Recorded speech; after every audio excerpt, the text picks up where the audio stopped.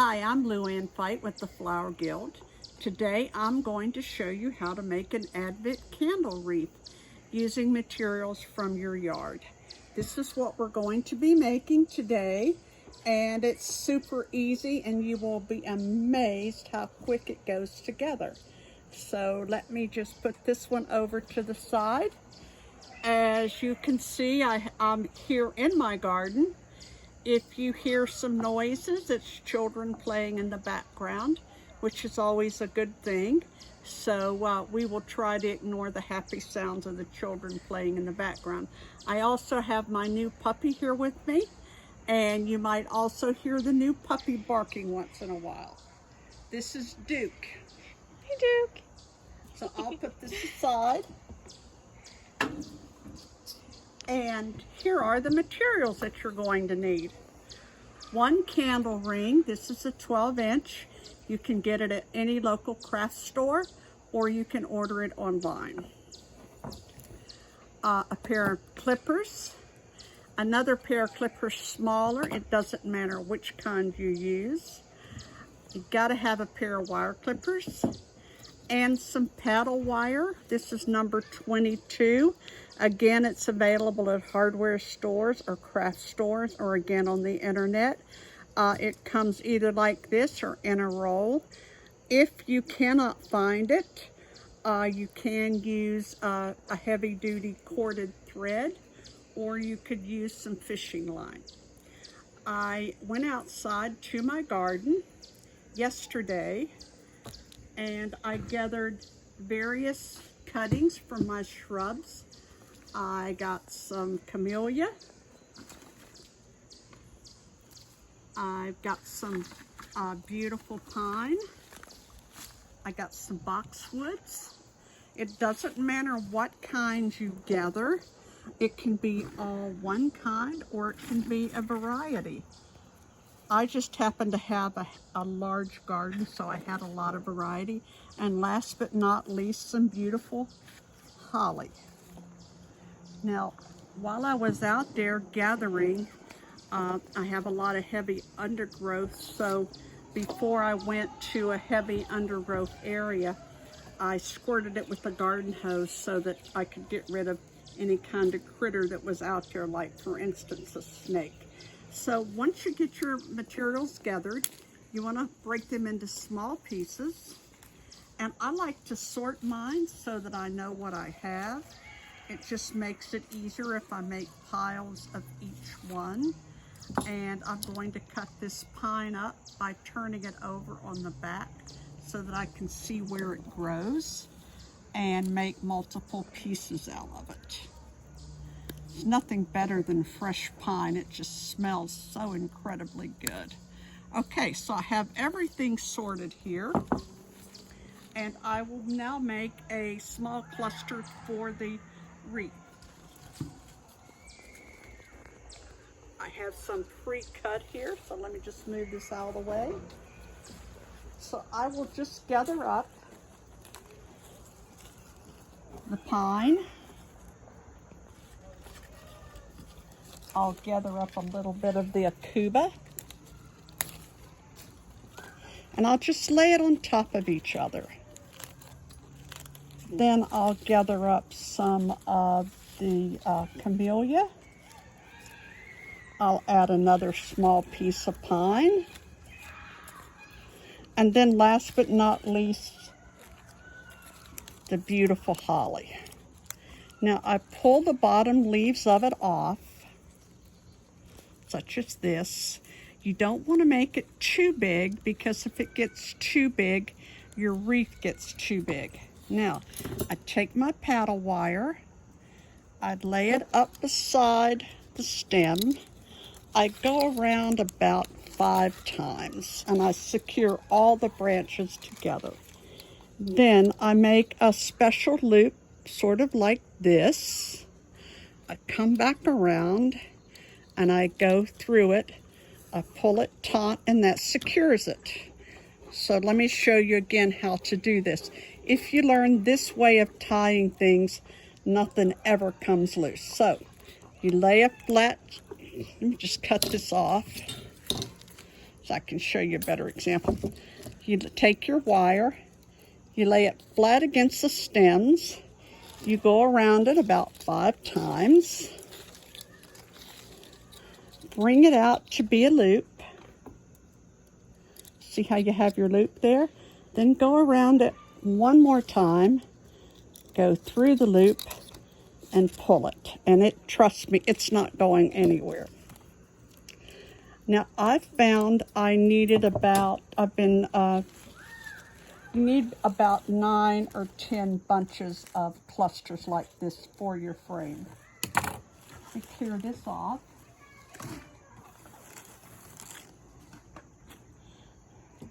You're going to take your, after I cut my greenery, you have to hydrate it. And I cut mine yesterday. I used this type of flower food in the water. You just mix it according to the directions on the back. If you don't have it, it's okay, but it does make your greenery last a lot longer. And don't forget, it has to last for 4 weeks, so you want to hydrate it very well by using this flower food, putting it in water, and letting it soak overnight, or at least a minimum of 2 hours. That way your greenery is nice and fresh and will be long lasting. So now I take my wire and I have to attach it to the brim. So I go around about 3 times, okay? Just going to fold this down so that it doesn't stick any furniture. And then I'm going to knot it again using my special knot. And that way it's not going to come loose, and I know that it's secure. You're really only as good as your mechanic. So I have that on there real nice and secure. And I'm going to start with my first cluster. I have them already pre-made so that we can go fairly quickly here. I take my one cluster that I have made in my hand, and see, this has 2 rings on it. So the first cluster that I put, I go toward the inside ring. I take my wire and I wire it around the ring. I go about at least a minimum of 3 times because you want it to be on there really secure. And then I'm going to fasten it using that slip knot. So there it is. I'm going to take my next cluster, and you see we have a candle ring here. So we're sort of going to fit it around it. So I went to this ring on this one. So I'm going to go to this ring on this one and sort of tuck it in. There goes our dogs, who's now noticed the dog neighbor. So bear with us here. Duke. It's part of being outside.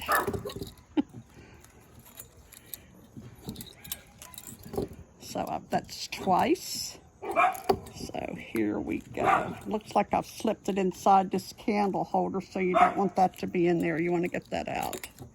So here we go. It's nice to be outside and hear the sounds of nature, of which we seem to have a lot right now.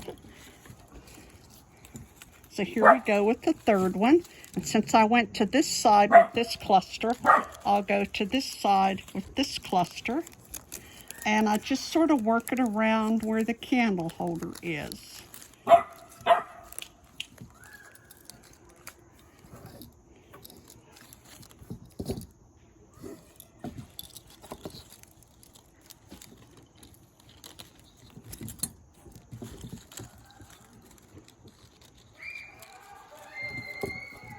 Sounds like the children are having a lovely time, doesn't it? Duke is now here at my feet, so.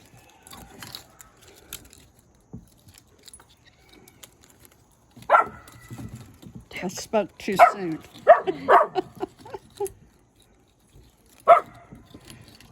You know, you feel like this is a little bit awkward, but you eventually get the hang of it. And there's one nice thing about being a designer.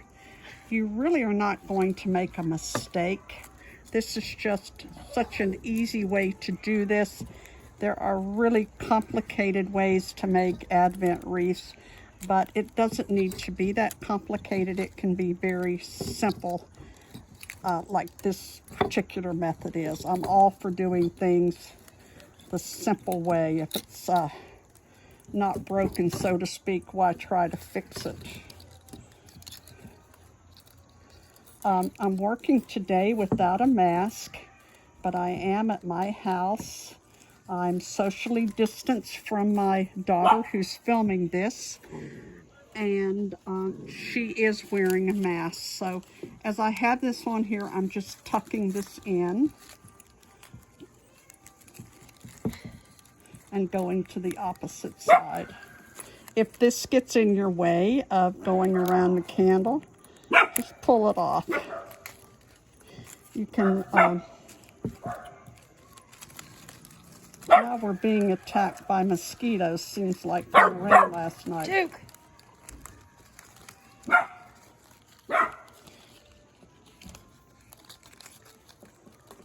So I just work that around there. Come over here and attach it.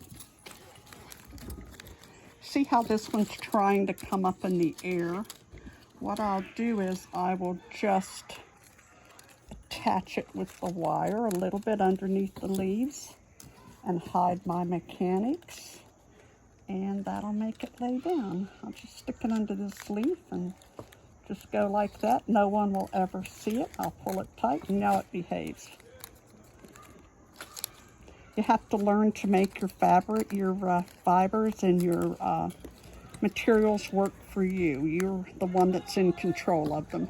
They seem to have a mind of their own, but you can, with a little bit of diligence, make them work well.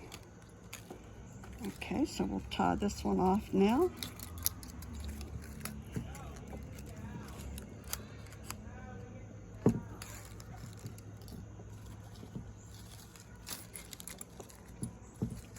As you can see, when I made this one, it's a little bit long on the stem. So I'm going to take my cutters and cut it off. And I'm going to get into wire, so I'll have to use my wire cutters to trim off the excess wire. With the knot that we made, you're not going to have to worry about your bundle coming apart.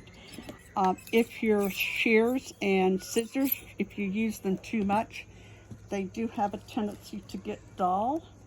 So what you need to do is just get yourself a piece of sandpaper and cut them with some sandpaper multiple times, and they will sharpen up very nicely for you.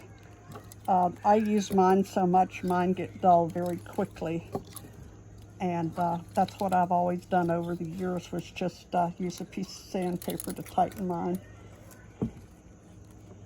All right, just about halfway done here. See how easy this is? It's just left and right and left and right, and before you know it, you're finished here. This, I think, is probably maybe the 6th bunch we put on. I'm not real sure. I haven't kept count of it, but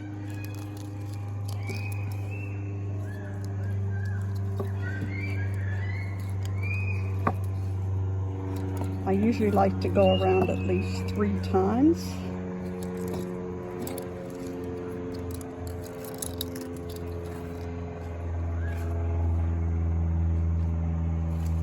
So this one's this way, so this one will go this way.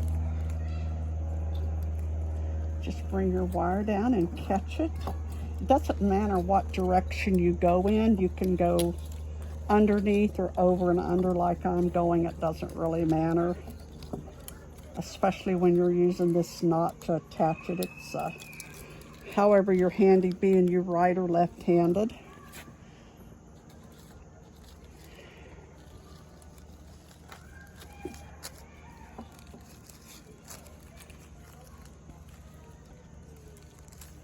Now, as you can see, after I put this last bunch on, there seems to always be a little break that's small. So what we do to cover this break is we make a smaller bundle. and just attach it in there.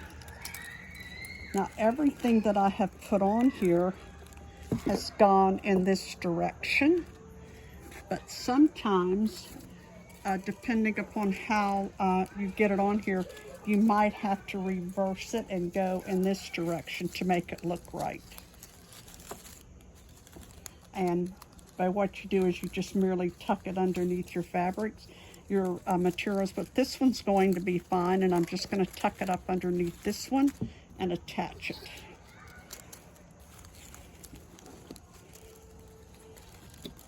So we're all finished here.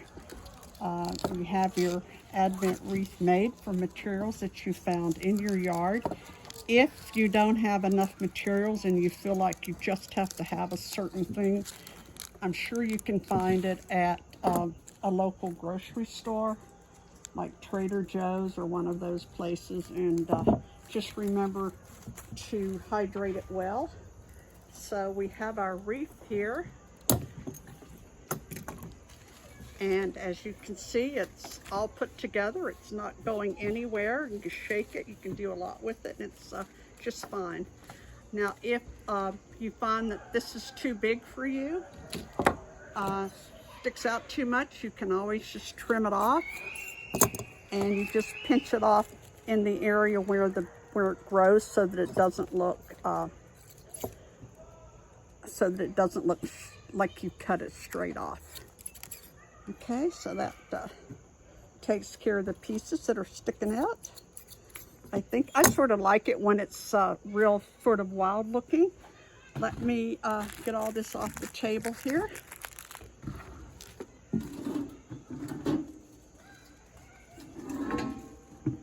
This will go on furniture, probably, in all probability. So you want to protect your furniture. This is just a serving tray that I happen to have in my house, so it fits perfectly. It could be a plate or a pie pan. Anything that you happen to have in your pantry works well. Now, you have to have your candles, of course. So we have our 3 blue and we have our 1 pink.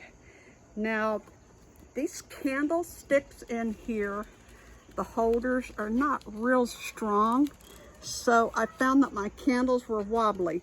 To make them secure, I took a roll of paper tape and I just merely put a little bit of paper tape around the bottom of this candle, and that's going to make it thicker at the bottom so that it's going to sit in here without getting crooked. So here we go. And these little things in here are very easy to push together. So you can just push them together and your candles will stand straight. If you can't find any of this tape, but again, it's available at any craft store, you could use a piece of paper towel, you could use a piece of cellophane saran wrap or something. So here we go. This is our Unity candle made from materials in your yard. And to keep it fresh, I would suggest that you occasionally mist it with water. If you find during the 4 weeks of your using it that some of the material has gotten green, gotten sort of wilted and no longer looks nice, all you have to do is just cut it out and replace it. And all you do is just cut it out, put in some fresh, and wire it back in. So it's very easy to do. I'm not going to pick this up because I'll knock all the candles out. So here we have our completed Advent candle, and I hope you have a lot of fun as a family making yours.